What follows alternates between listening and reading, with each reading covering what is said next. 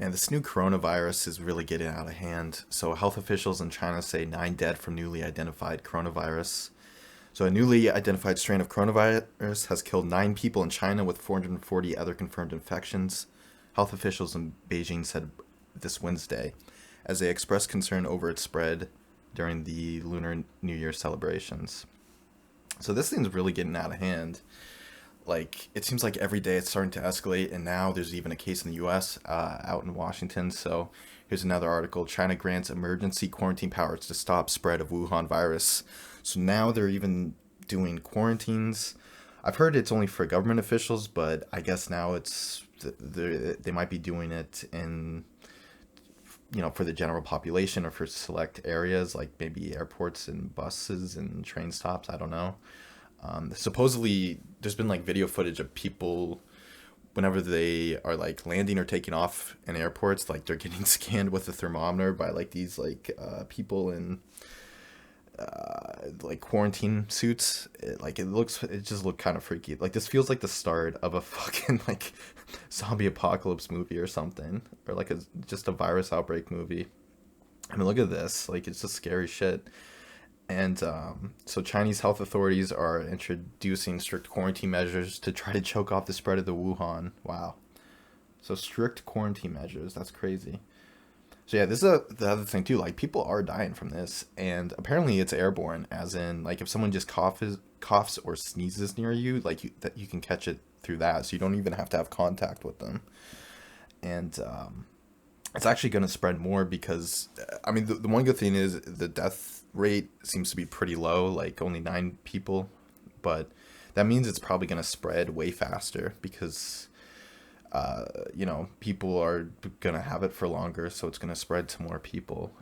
It is just a little bit scary. So here's the amount of countries it's in. So mainland China, 446 cases and 9 deaths, and this was like 200 cases like 24 hours ago. So it's like increasing exponentially at this point. It's a little bit scary. So Thailand 4, Macau 1, Taiwan 1, South Korea 1, Japan 1, USA 1. Kind of interesting. It's not in Hong Kong yet. Although maybe that's on lockdown because of the protests going on in Hong Kong. So maybe you can't go in. So the challenge for the authorities is how and to what extent to quarantine a city such as Wuhan, which has a larger population than New York. Wow. And it's also a major hub in China's rail network with an average of 700,000 passengers a day. Yikes, dude. That's a lot. I didn't realize it was bigger than New York City. That's crazy. Okay, so China is also this week experiencing its largest single annual mass migration for New Year's. Okay. So it's like the perfect storm of like, this is like the worst timing to have this kind of virus. That's crazy. The virus is mainly transmitted through the respiratory. Okay, yeah, so it's mainly transmitted through the respiratory tract, which makes me think that like just coughing and sneezing, or just being near someone, breathing, like that has it. So I don't know, man. The virus, which has pneumonia-like symptoms, has been found in Taiwan, the U.S., and other Asian countries. Yikes, pretty scary. So I would not be going to Wuhan. I would be canceling a trip there if anyone has a trip there. Like, just for now, just to wait and see what happens. I mean, yeah, I was listening to a call. Like CDC had, like, as soon as it was announced that someone in Washington had this virus, like within 2 hours, the CDC had a press conference on this, which was like very quick. It was like just the whole thing seemed super over orchestrated to me, and I don't know, they were being super shady. They were telling people not to worry and that there was low risk of like people catching it, but like didn't have any data to back it up. So I think they were just saying that just to like calm people down.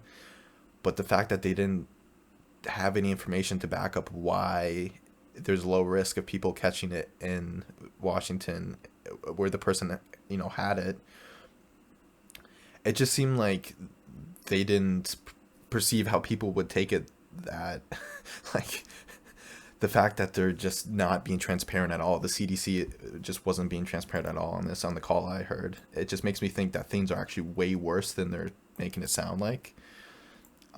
just to try to calm people down about it. But so I don't know. I mean, maybe things aren't that bad and they just kind of flubbed the press conference and it was just happened too fast. But I don't know, man. Oh yeah, and they also pushed the propaganda in there. They crowbarred in people need to get their flu shot vaccine. So I thought that was kind of weird too. It was like, all right, dude, like chill.